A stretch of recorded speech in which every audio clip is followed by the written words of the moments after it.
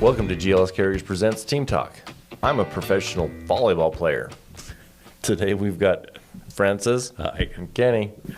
Back Howdy. behind the scenes, we've got Danny. Yo. And we are Drivers for for Drivers. You're really getting good at lip syncing that.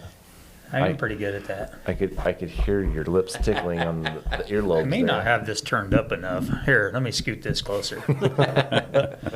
So we didn't have any birthdays or anniversaries this time. So somebody needs to be born again, and so we can throw that out there and thank you for being born. I'm surprised, man. We didn't have any last week either. We didn't. Yeah, we got a little stretch there. SMS scores came out. We are still trending downward, which is awesome. That means you guys are doing the right things out there. You're getting the tire pictures to me, which is awesome because with Jack's tire that we're working with here. If I see that those tires are getting low and you're coming this way, we can get you in there before it's an issue, and they're really quick to get you in and out. So you're not wasting 6, 7, 8 hours to try and get a tire taken care of. It's in and out, and then you're down the road. So that's awesome. Unsafe driving, 52 to 53, and that's not because we did anything wrong. It's just after I think it's 2 years, points drop off, and the point that dropped off for unsafe driving was a clean DOT inspection. So that happens. Excuse me. Hours of service went from 58 to 56, and then vehicle maintenance went from 12 to 11. And that's because you guys are out there doing the right thing. You guys are proper pre-trips, hydrating, and letting us know when problems arise. And from the bottom of my heart, I thank you for that. Absolutely. There's so much good in that. It's not just a score. It's everything that we do. It's everything that you're doing out there. It's making sure that your equipment is safe. It's making sure that we do the right things. We're running within the boundaries of the DOT's rules and regulations. We're doing that. Our customers look at that. That's how we get the business that we get. There's so much involved into that, and to see those scores continually to improve is just it's incredible. It's awesome. It's what can I say other than thank you very much for everything that you're doing, because you guys are definitely the ones who are making it happen. So We are below national average, I believe, on everything, ain't we? Right now we are. Yep, absolutely.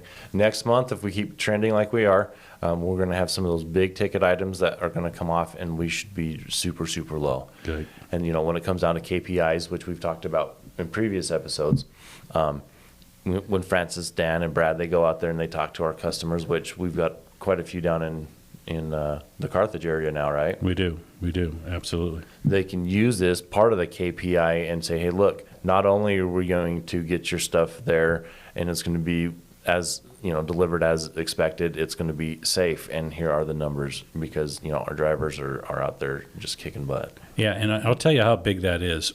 So a typical customer that we go talk to, when we walk in the door and tell them who we are, most of them are very friendly. They want an asset-based carrier. So we go in there, we talk to them, we look at the lanes that they have and what mixes with what we run. Mm-hmm. So we'll look at that, we'll propose a rate. We are not the cheapest, and we're not the most expensive either. We kind of fall right in the middle in there. We need a rate that we can run and be profitable with, right? So we'll put that out there.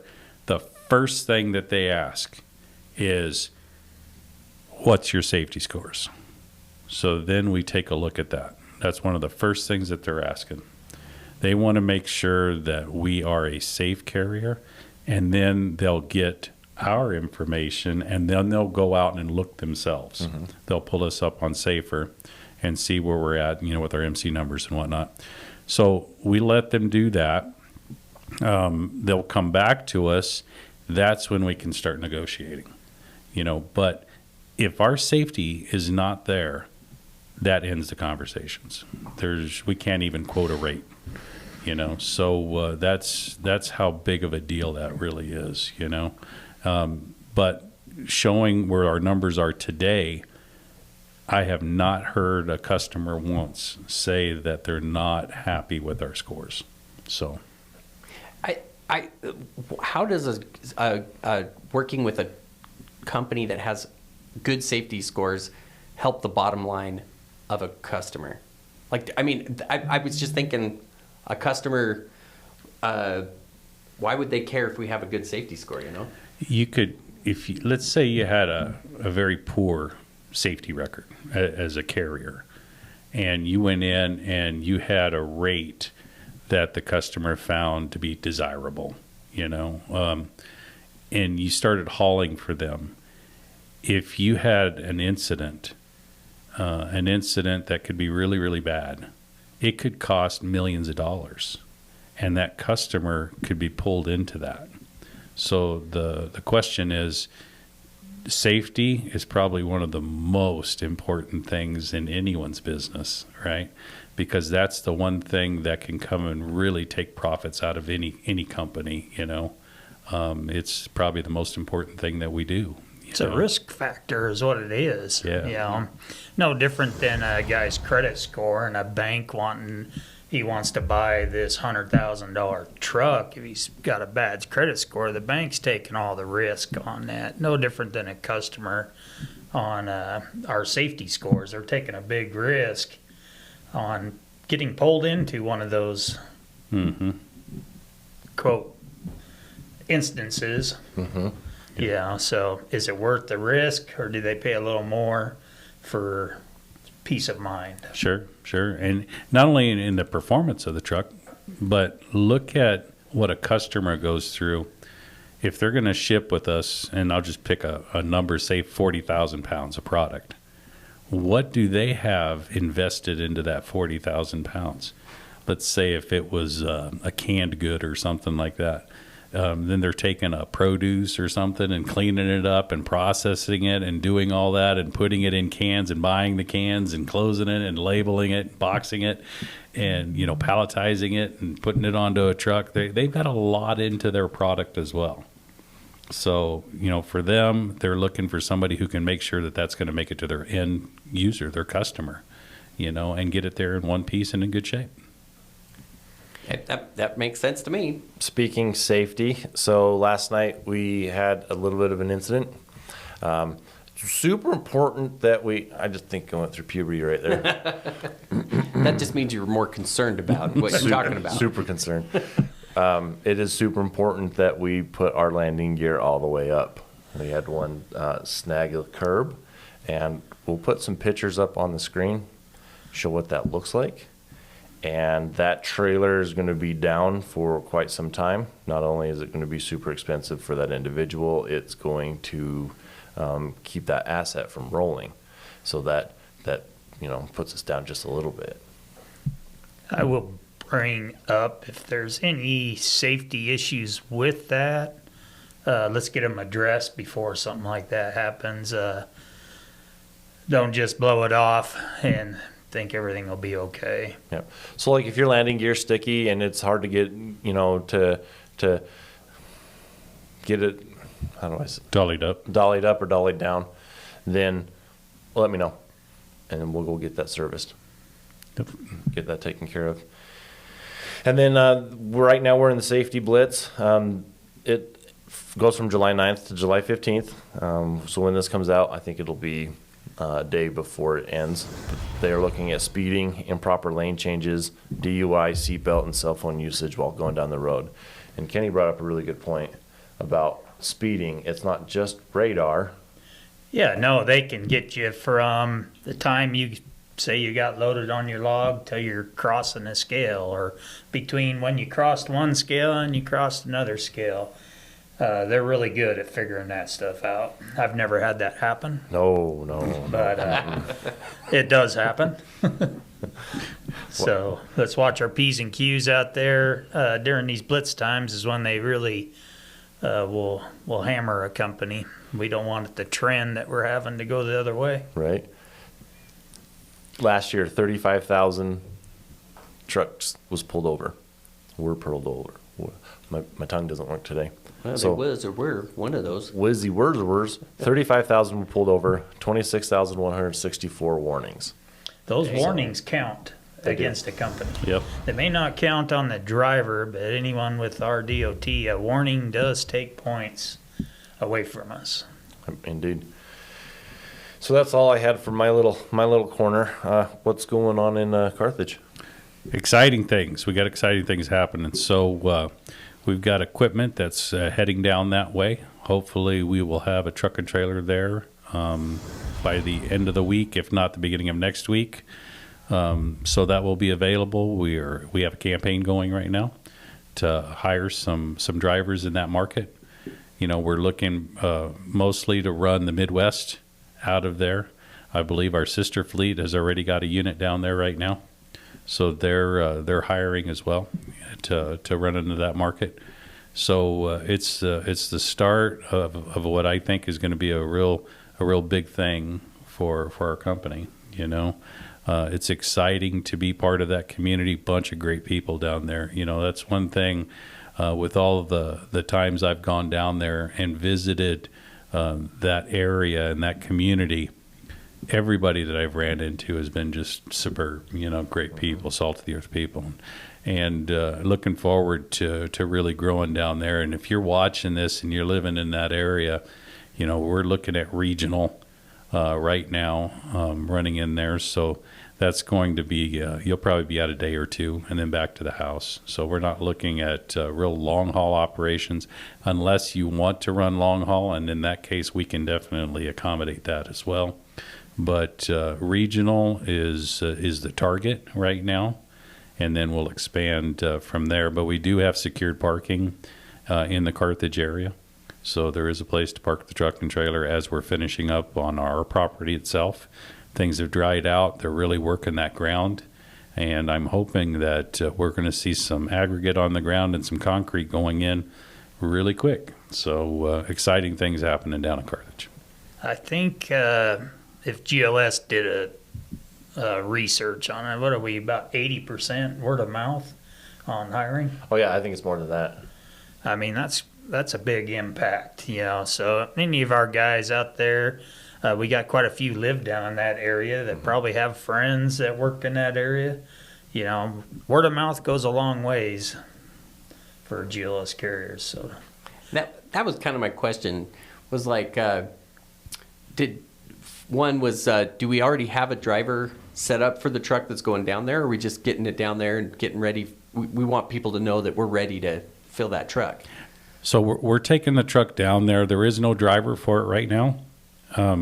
Jason, our operations manager for down in Carthage, he was up here. He spent a couple weeks up here, and he's back down there, boots on the ground now.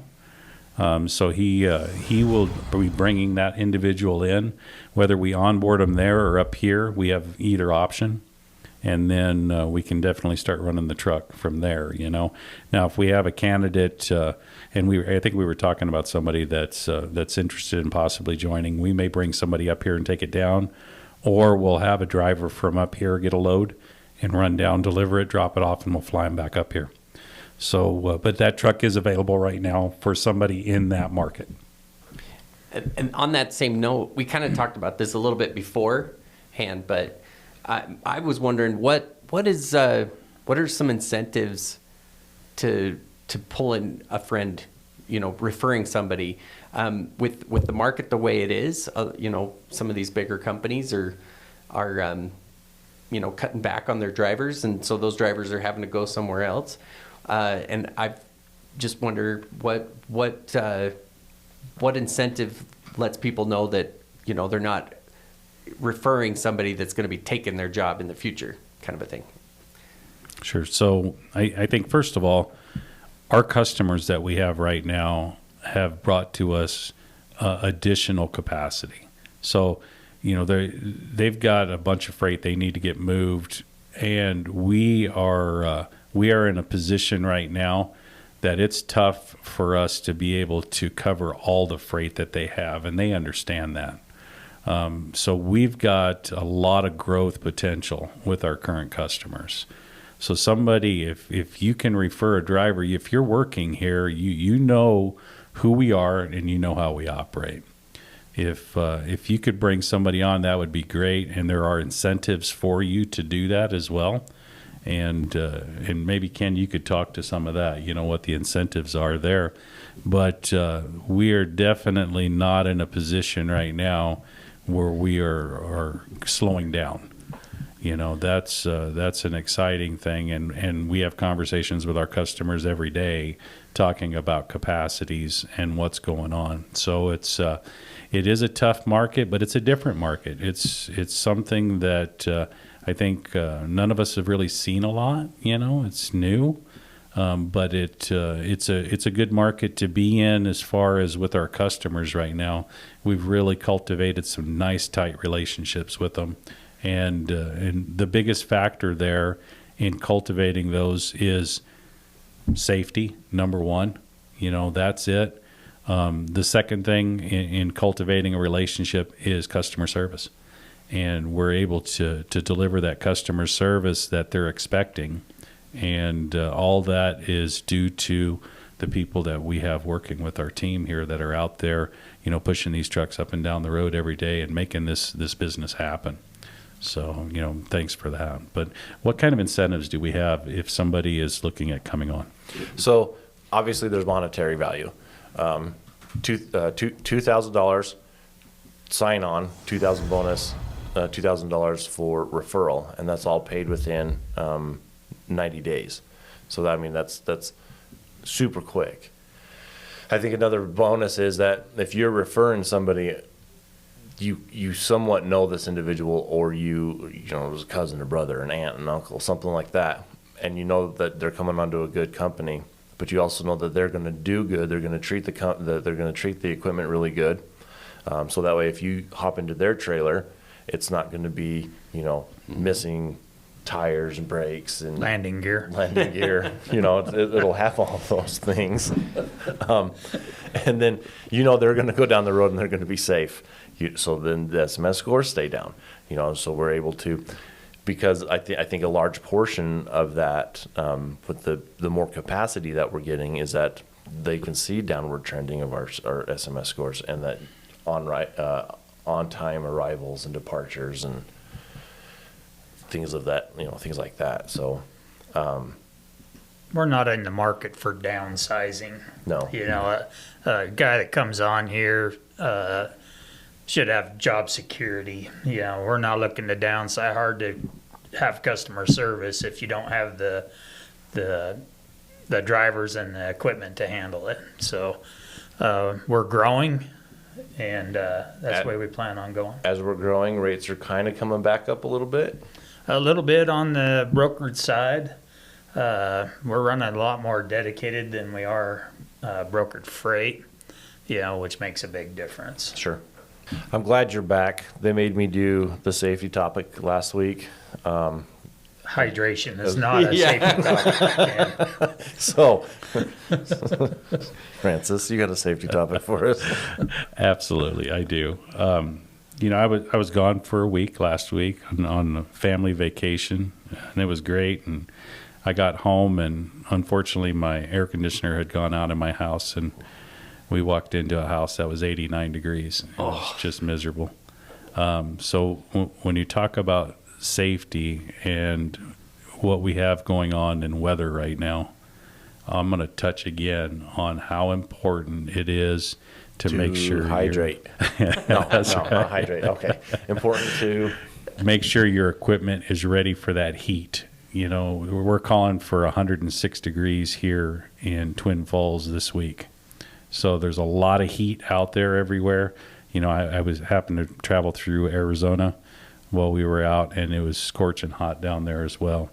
Make sure that your hoses are in good shape, your belts are in good shape, your tires are aired up.